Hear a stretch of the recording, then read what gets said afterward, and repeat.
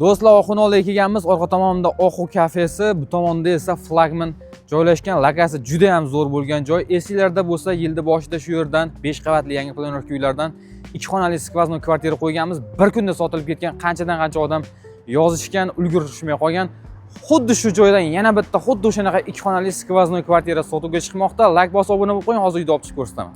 4-qavatda 2 xonali 3 xonaga o'zgartirilgan skvoznoy kvartira, holatlari juda ham yaxshi. Lokasiya o'tganimizda juda ham zo'r do'stlar, bu birinchi xonasi ko'rishingiz mumkin.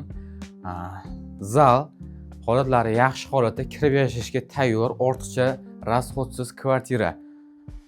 Ijara qo'yaman desam ham juda ham zo'r variant. Sentrga bir qadam, bilasizlar, bunaqa joy juda ham talash bo'lib ketadi.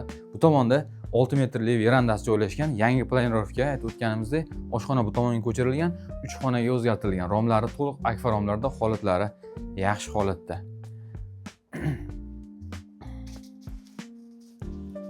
Bu tomon esa o'sha oshxonani o'rnini 3-xona qilib qo'yishgan. Detskiy qilib foydalansangiz ham bo'laveradi.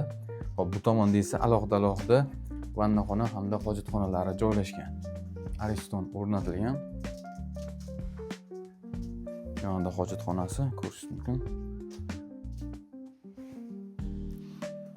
Tomon esa tashqaridan kirish qismi, koridor va bu yerga mana kladovkalargacha qo'yib qo'yishgan. Mana kiyim ilishga joylarigacha. Bu tomon esa yotoqxona do'stlar.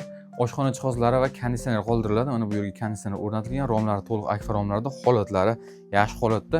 O'rtapada skvoznoy bo'lgani uchun uy hozir iliq, normalniy bo'lib turibdi do'stlar. Holatlari haqiqatda yaxshi, tayyor holatda.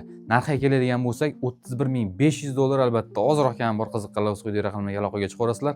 Like bosib, do'stlaringizga ulashishni unutmang. Bizga obuna bo'ling, sizlarga bundan zo'rlayni davom etamiz.